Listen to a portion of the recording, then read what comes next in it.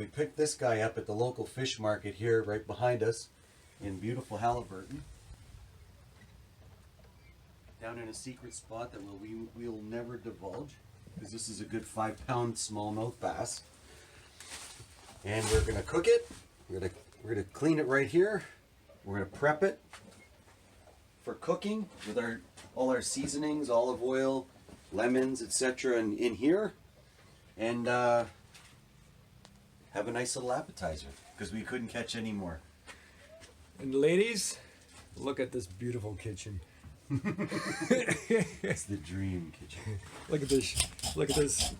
It's like a compressor motor here. That's the water tank. Oh, is that what that is? Yeah. All right. So the water's shut off right now. I got a pail of water to rinse it off after we're Nice. done. What are you doing? Just scaling it? Yeah, I'm scaling it, and then I'm gonna rinse it and prep it. Are you gonna fillet it?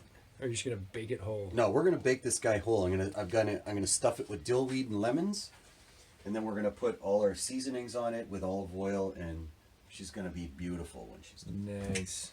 But these scales do come flying right at the camera, so